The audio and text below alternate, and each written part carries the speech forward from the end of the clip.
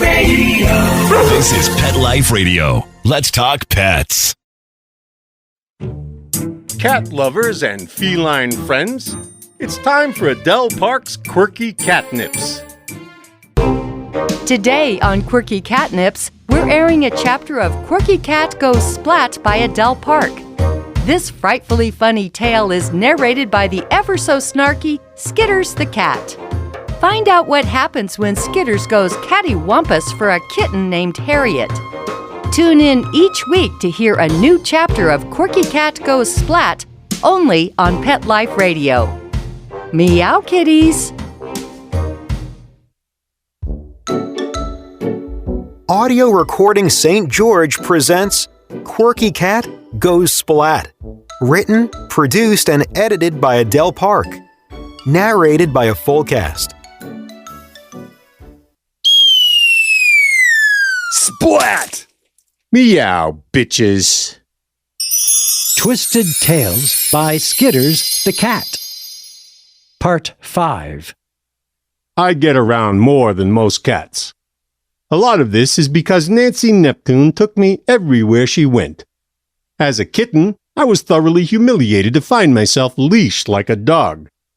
I quickly proved my willingness to stick around, or at the very least, return when my name is called. Frankly, I've grown fond of having 3 squares a day, and thus have no plans of wandering off anyway. Unlike most cats, I don't shed my coat in fear when I'm in a car, and I actually enjoy riding in the cargo bin of an ATV, a key mode of transportation in this part of Utah. I've also done quite a bit of foot exploration, though I really hate to get my handsomely striped coat all dusty. Much of my social life revolves around my frequent visits to Naval, especially on Sundays when the city hosts a weekly party in Central Park. The place is crawling with dogs, but I'm the only cat who shows up, unless you count Marmalade, the patchy old mama cat who lives across the street. She wandered over one afternoon, not because she wanted to join the festivities, but because Marmalade is pretty much blind and literally has no clue as to where she is most of the time. I considered escorting Marmalade back home, but then thought better of it. What if the dogs in the park thought I was trying to get jiggy with her? I have my reputation to think about, you know. Once I hooked up with Harriet, I made it a point to tag along with Brandon and Taj every time they headed out on the ATVs. They usually wound up at Legacy Grove, the place I once called home when Nancy Neptune was my human. Besides being the spot where I lost my heart to Harriet, Legacy Grove has the most radiant orange trees, although actually eating this particular fruit is ill-advised even for a cat with a cast-iron stomach. Next to Legacy Grove, my favorite place to visit is the Oasis. I was thoroughly perturbed when Brandon and Taj purposely left me behind when they went to the Oasis to pull a stunt their parents most certainly wouldn't approve of. Upon discovering I'd been left off the guest list for the big Oasis mission, I took matters into my own paws and set off on foot. It took almost an hour to get there. I was cranky from the long walk, so I elected not to let the boys know I was around. Chapter 5. Brandon Spinkle. Being the son of a rectal surgeon isn't all it's cracked up to be. I never know who is trying to use me to get to my dad. Obviously, I didn't have to worry about Taj, but my first girlfriend really stuck it up my wazoo. As a way to announce to the world that he not only operates on tushies, but also sings about it, Dad and Blue put together a film that premiered at the Diamonds in the Desert Casino. I'd been obsessing over a girl at school named Sherry, so I asked her to be my date for the show. Taj and his parents were there too, but Sherry was my official +1. Wow, what a mistake. They hadn't even rolled the credits before Sherry started acting like she was some sort of hot enchilada. She said a bunch of dopey stuff to the guys in the band, trying to make them think this wasn't the first time she'd ever been backstage at a big event. What a poser. At school the following Monday, Sherry was yakking about the rectal surgeons like she was their new road manager. Half the stuff Sherry said wasn't even true. Las Vegas is full of entertainers, so I'm not the only kid at school who has a parent on parade. But I am definitely the only one dumb enough to try and date a girl like Sherry. We'd only been going out for a couple of weeks before she started nagging me about following in Dad's footsteps. I had heard of the rectal surgeons, but never listened to their music until Dad exposed himself as the lead singer. For the first time in my life, I thought of Dad as being kind of rad. Sure, he was still a snore fest when it came to his day job, but Dad was awesome on stage. Without thinking it through, I told Dad I wanted to play the drums. He said okay, but I needed to learn music theory first. According to Dad, the best way was by taking piano lessons. Coincidentally, my grandma just happens to be a piano teacher, so I was pretty much stuck with that deal. Now's a good time to make note of the fact that I'm not musically inclined. I went along with the piano lessons because Dad wanted me to, and Grandma was there to make me do it. I got a killer drum kit, and Dad even arranged for me to take a couple of lessons from Schlick von Schlapp, the drummer for the rectal surgeons. It didn't matter. I just couldn't get into it. Practicing either the drums or the piano was about as fun as licking a gas-flavored popsicle. Once we moved out of my grandparents' house, I slacked off and made excuses not to go over for lessons, even though Grandma only lives about a mile away. It took a while for Dad to catch on because after we got in the new house, he focused all his attention on trying to get Blue to marry him. Having Blue in the picture made confessing that I didn't want to be a musician or a doctor a whole lot easier. Dad actually seemed a little relieved. About the music part, anyway. I pretty much blow chunks when it comes to both the piano and the drums. I think everyone was glad not to hear my chronically bad covers of rectal surgeon songs like Number 2 Skidoo. Blue seems to shave the edge off Dad a little. I like having her around. Blue is the one adult I can really talk to. When Sherry went all wiggy on me, Blue introduced me to my next girlfriend, Isla Ray Stratton. Blue wasn't trying to set us up or anything, but she should have known. Isla Ray was born in Zion Flats, a dingy polygamist town about 10 miles from Gecko's Gulch. Blue's sister, Moon, helped Isla Ray get out of marrying this foaming-at-the-mouth freak who's old enough to be her grandpappy. Now Isla Ray lives with a woman who also escaped from Zion Flats.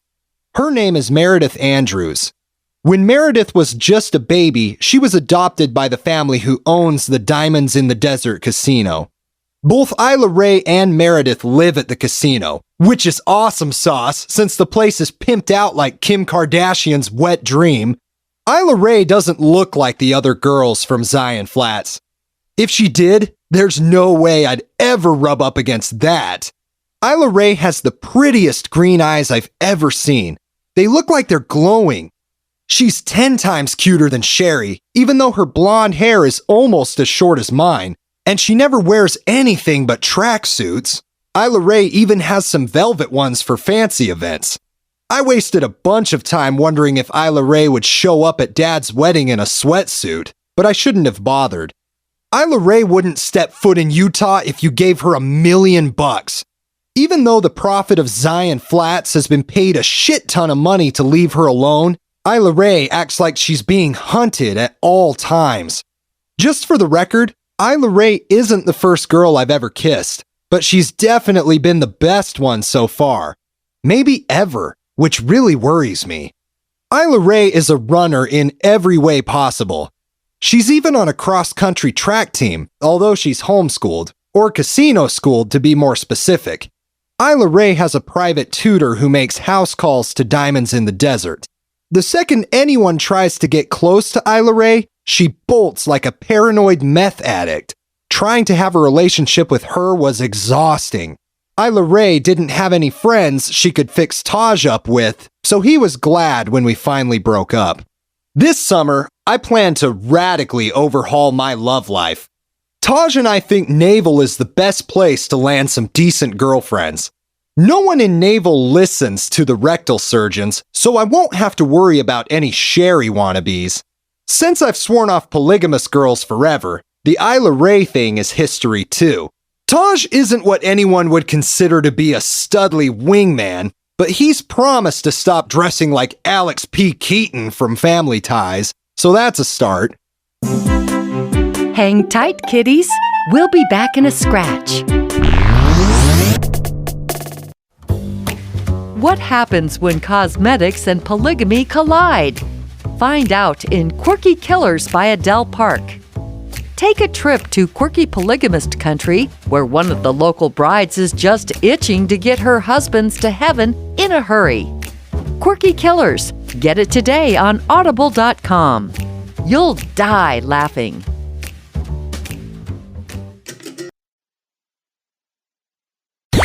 Let's talk pets Let's talk pets on Pet Life Radio. Pet Life Radio. PetLifeRadio.com. We now return to more of Quirky Cat Goes Splat by Adele Park on Pet Life Radio. One of the best things about Naval is that it's surrounded by ATV trails. For Christmas this year, Dad bought 2 new quads and something called a Ranger, which is really just a large ATV with 4 seats. I'm not allowed to take the Ranger out by myself, but Taj and I can use the quads all we want. There's some hella cool places to explore, including an oasis that's only about a mile from Gecko's Gulch. It's kind of hard to find, so Taj and I started making small piles of rocks to mark the route. Some of the kids from town must be trying to punk us, because they kept disappearing. I found the oasis by accident the first time I came to Gecko's Gulch. I had gotten in a big fight with my dad because he wouldn't let Taj come with us to Utah on that trip. Just to get under Dad's grill, I snuck out and went wandering around. I'd only gone about a mile when I saw this huge splotch of vegetation right in the middle of the desert. The terrain in this area is hilly, but you'd still think a place like the oasis would be easy to spot. I'm not exaggerating when I say the oasis feels like a chunk of Antarctica relocated to Utah. It's freezing in there, even when the temperatures are blistering everywhere else. And then there's all these wild plants. Not just green bushes and palms, but flowering shrubs and Joshua trees that are always blooming. The north side of the oasis has a narrow path that looks like the city of Satan rolled out a welcome mat. Both sides of it are lined with the fiercest looking orange plants I've ever seen. I know from hanging around Gecko's Gulch that it's called globe mallow. Moon uses it in her lotions. The oasis is beautiful, but in a heebie-jeebie sort of way. Walking around in there makes me feel all skittish, like I ate a handful of Mexican jumping beans for lunch. The oasis isn't very big, but it's super dense and easy to get lost in there. Taj and I decided we needed to overcome our fear of the oasis. Then we'd conquer Juniper Hollow, a place the locals claim is owned by the mob. We tackled the oasis mission first, since it was easiest. We started by mapping out the area, counting how many footsteps it takes to walk around the oasis, and then through it. The path with the globe mallow only goes about halfway in, then stops at a wall of Joshua trees. These bad boys will rip your skin to shreds if you ever make the mistake of backing into one. There's some other spots in the oasis that also look like paths, but they all dead end like the one with the globe mallow. It was during one of these expeditions that we stumbled into a grove of waist-high marijuana plants. They were poking out of the top of some bushes, which would have kept them hidden if they hadn't grown so tall. It was impossible not to take this as a sign. Back up the bus, boys. Time to get blazed. We waited until Blue went back to Las Vegas to take Lexi to the airport. My sister was supposed to spend the first 2 weeks of summer at Gecko's Gulch, but Mom threw a hissy fit, so Lexi decided to leave early. The twins got all upset because they think Lexi is like Beyonce or something. Anyway, Blue and Moon took all the girls to Vegas for a slumber party the night before they put Lexi on the plane to LA. Randall stayed at Gecko's Gulch to supposedly keep an eye on us. Two dainty-looking Mormon missionaries showed up to watch chick flicks and guzzle Rowdy's Righteous Root Beer, so we weren't going to be missed for a few hours. It was around 5 in the evening, which meant we could serve our mission and make it back to Gecko's Gulch before it got dark. One thing I know for sure about the Oasis, you really don't want to be there late at night. There are all kinds of drugs at North Platte High School. I didn't need to go all the way to Utah just to get high. This wasn't the purpose anyway. Taj and I just found this hellacious weed and figured it was meant to be. Too bad this stuff didn't come with a warning label. I tried a little reefer once, but it didn't do much for me. Not that I cared. Most of the stoners at my school are such nuge zombies I figured I'm better off without it. Taj had even less experience than me, so it took some time to figure out the mechanics. The marijuana in the Oasis was still on the vine. We knew enough to realize it had to dry out before we could smoke it. The bud we picked was so sticky it was hard to wash the residue off our hands. We let it dry for a whole day, but even then, it was still kind of soggy. We had to light the thing completely on fire just to get a hit. It tasted kinda orangey. Taj only took 1 toke, but I took 2. Oops. The next few hours were a nightmare, only I was awake and knew it. I've never been so panicked in my life.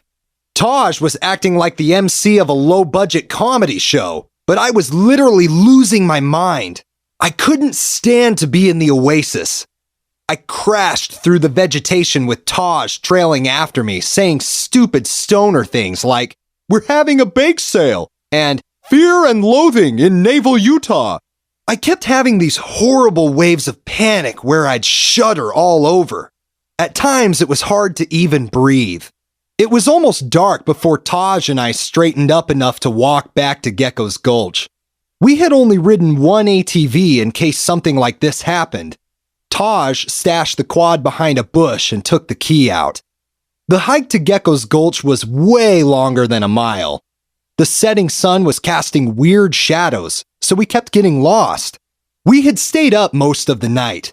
Taj usually crashes in a bedroom on the other side of the house, but that night he stayed in the TV room next to the area where I sleep. I needed someone nearby in case I had a stroke. I woke up pretty early the next day, but Taj had already left to go get the ATV. When he got back, I asked if he'd enjoyed our mission. Taj said he was through with the Oasis. Thank God.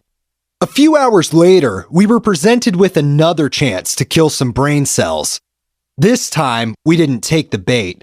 Every Sunday, there's a big wing-ding in Naval after the local yeehaws get out of church.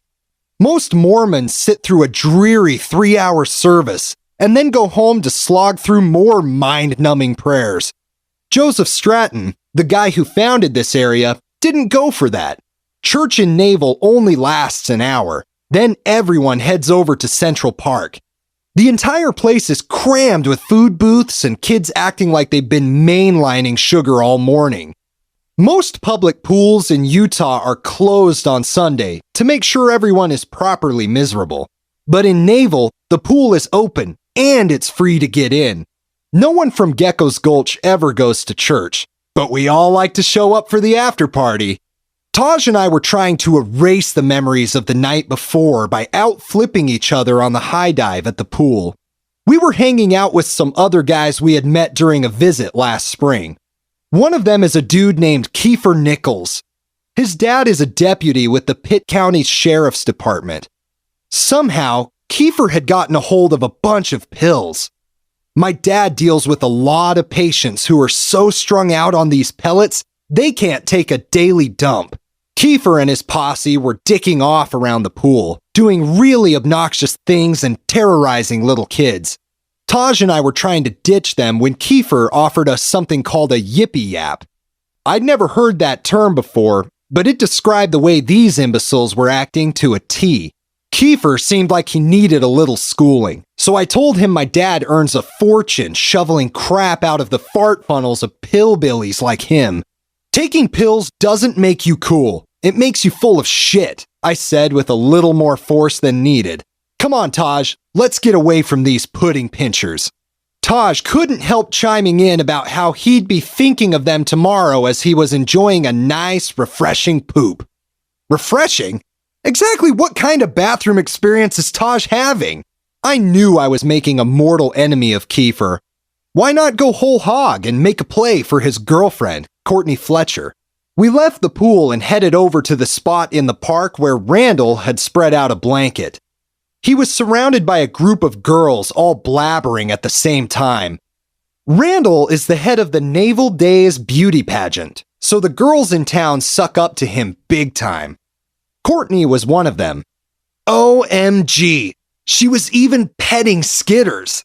I could have told Courtney this wouldn't impress Randall in the least, but I liked watching her fake adore Skitters. It's weird that Randall, and Moon for that matter, let Skitters tag along wherever they go. It's like Skitters is a dog or something. Seeing all these hotties made me and Taj realize we were spending our time on all the wrong things. We agreed the best way to correct this problem was to each perform one final mega mission. Mine was specifically aimed at Courtney. Not only did I want to stick it to Kiefer by stealing his girlfriend, but Courtney might also have some interesting information about Juniper Hollow. Her family used to own the place. Blue suggested I write about something I'm interested in to make my American Studies assignment less painful. Well, murder interests me. From what I've read, there have been more murders at Juniper Hollow than anyone can count. No one has ever been arrested. Moon says these cases are so obvious a kindergartner could crack them, but the local cops apparently aren't interested. There was a time in our country when alcohol was against the law. People in this part of Utah never did drink, so the Fletchers were making moonshine in the caves at Juniper Hollow and selling it to the mob in Las Vegas. Somehow, they got double-crossed, and a crime family named DeLuca wound up owning Juniper Hollow. A few years ago, Nicholas DeLuca wormed his way in with that creepy crowd from Zion Flats. Once again, people started dying. One of them was the stepmother of Evangeline, this ghoulish kid who works at Gecko's Gulch. Juniper Hollow doesn't look like the sort of place where a bunch of gruesome murders went down. The house is no longer there, but there's a gazebo in the middle of the lake still standing. The columns are made of stone, so maybe that's why. We call it Forbidden Lake because Blue told me never to go in it. I gave her my word I wouldn't, but Taj never did. It was a technicality I hoped I wouldn't have to point out. Don't be a jerk. Listen to the quirk. Quirky Cat Gets Ghosted, that is. This zany audiobook by Adele Park is The Cat's Meow. Find out what happens when a ghost gets trapped at the DMV and requires the assistance of a snarky cat named Skitters to help her cross over. I'm so happy I could heave hairballs. Quirky Cat Gets Ghosted. Get ghosted today on audible.com. Let's Talk Pets, every week on demand, only on PetLifeRadio.com.